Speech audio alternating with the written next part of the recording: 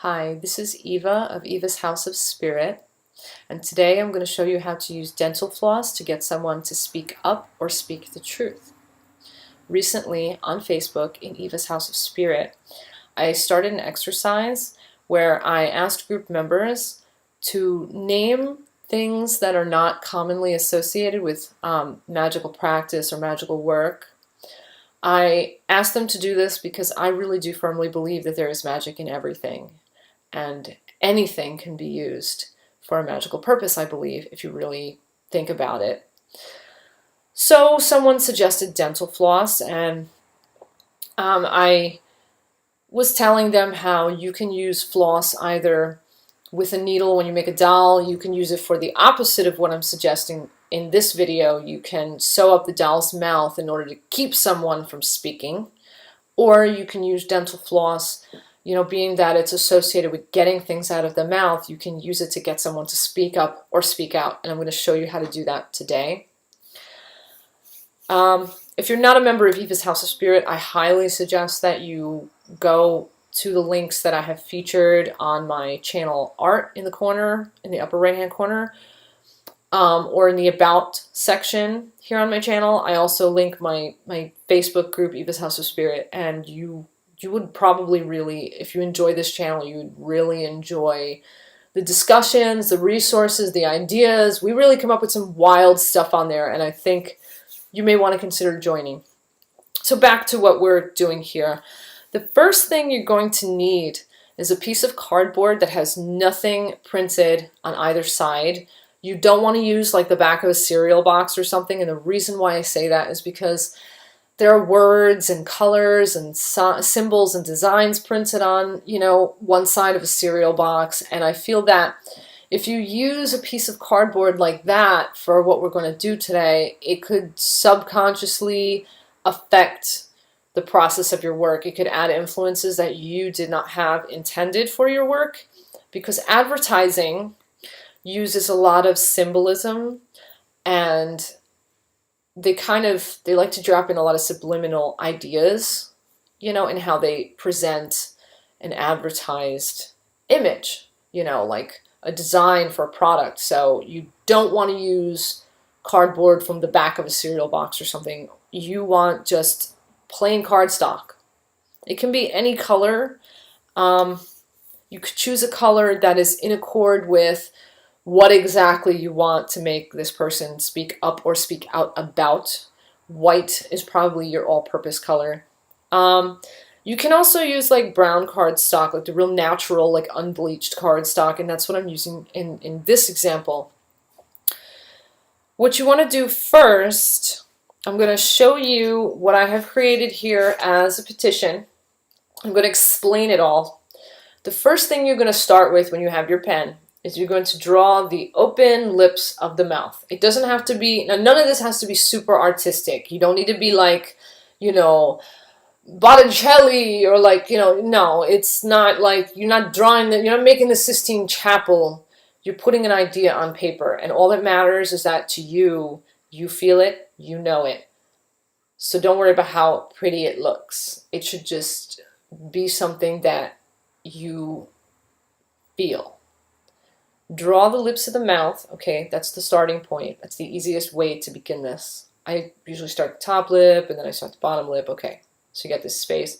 Then I would fill in like the teeth, and then after I do that, because I'm making this a symbol of the mouth of the one that I want to speak, I would put their first name going across the top lip, and their last name going across the bottom lip.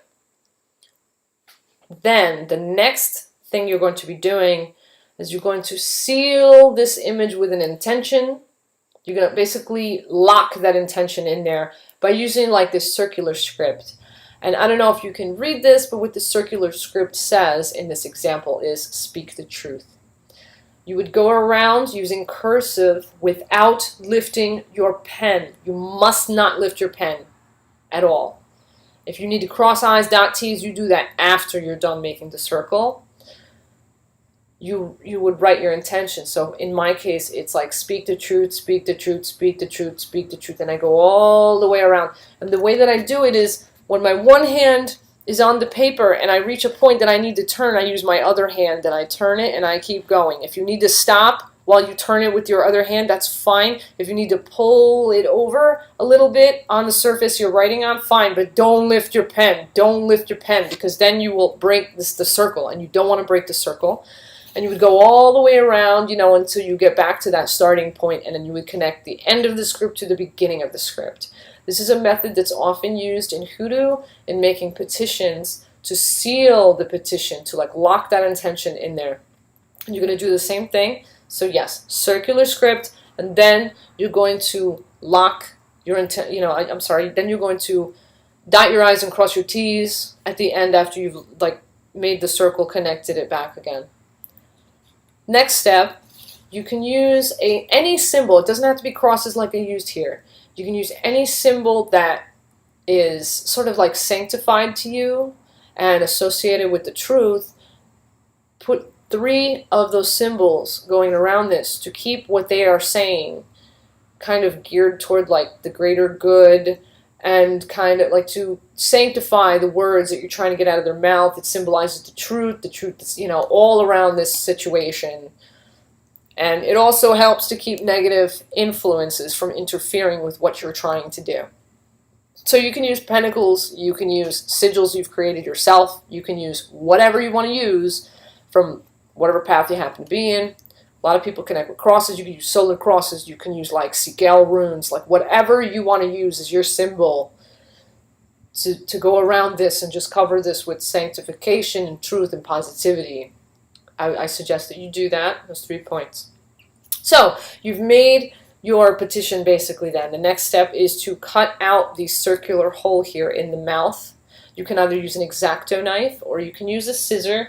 And the easiest way to cut the hole without folding the paper is you would open the scissor, poke a hole in the middle, and then you could kind of like work the scissor like all around to cut out that circle, and make sure that you cut like between each teeth a little slit so that you can use the floss in this.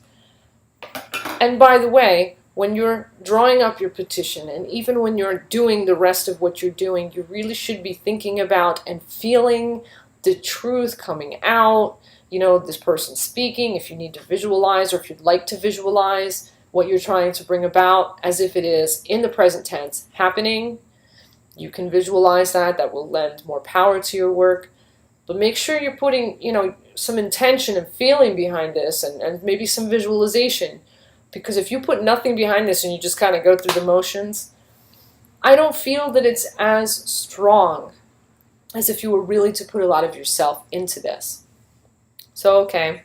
The next step, you can either use floss like this, or you can use a flosser pick. I think a flosser pick is probably more convenient, but you could use loose string floss.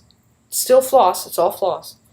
And what you would do is when you're holding your petition and you're thinking about the situation you want this person to speak of, you would proceed to floss between each of the little cardboard teeth, you would floss between each of them, and you can even say, as you go between each tooth, something along the lines of, I release the truth from your mouth, I work the truth out of your mouth, you speak the truth, in the name of all holiness, or, I will it that you will speak the truth. You would want to say something out loud, or even think something in your head that goes along the lines of, I'm making you speak. You're speaking in the name of whatever higher power, or I command or compel you to speak the truth for the greater good, whatever it is that you want to affirm, but you want to affirm that intention out loud as you are doing the act of actually flossing out that mouth.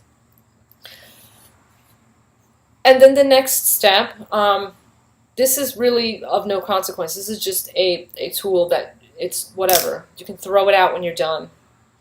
This is the more important thing. This is your actual petition.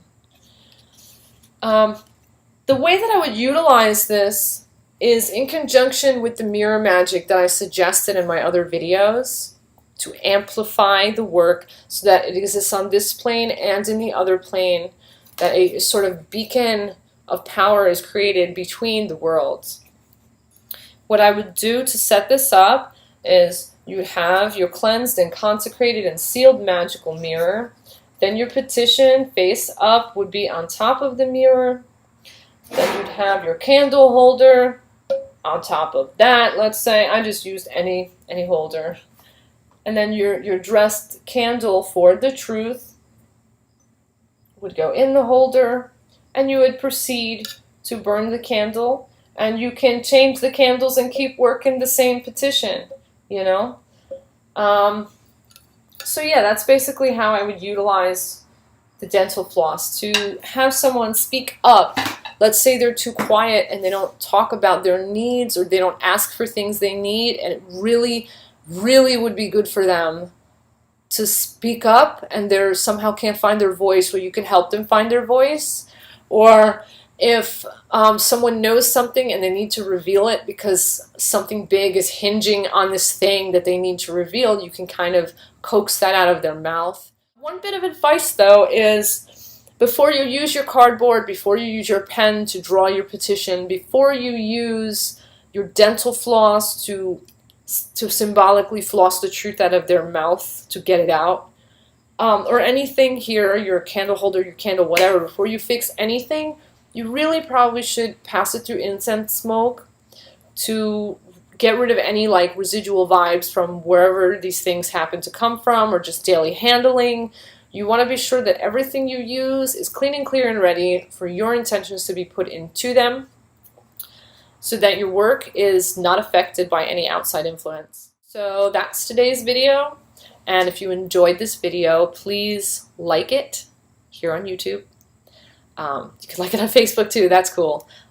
Please share this video on social media. You could share it on YouTube, share it on, Facebook, share it wherever.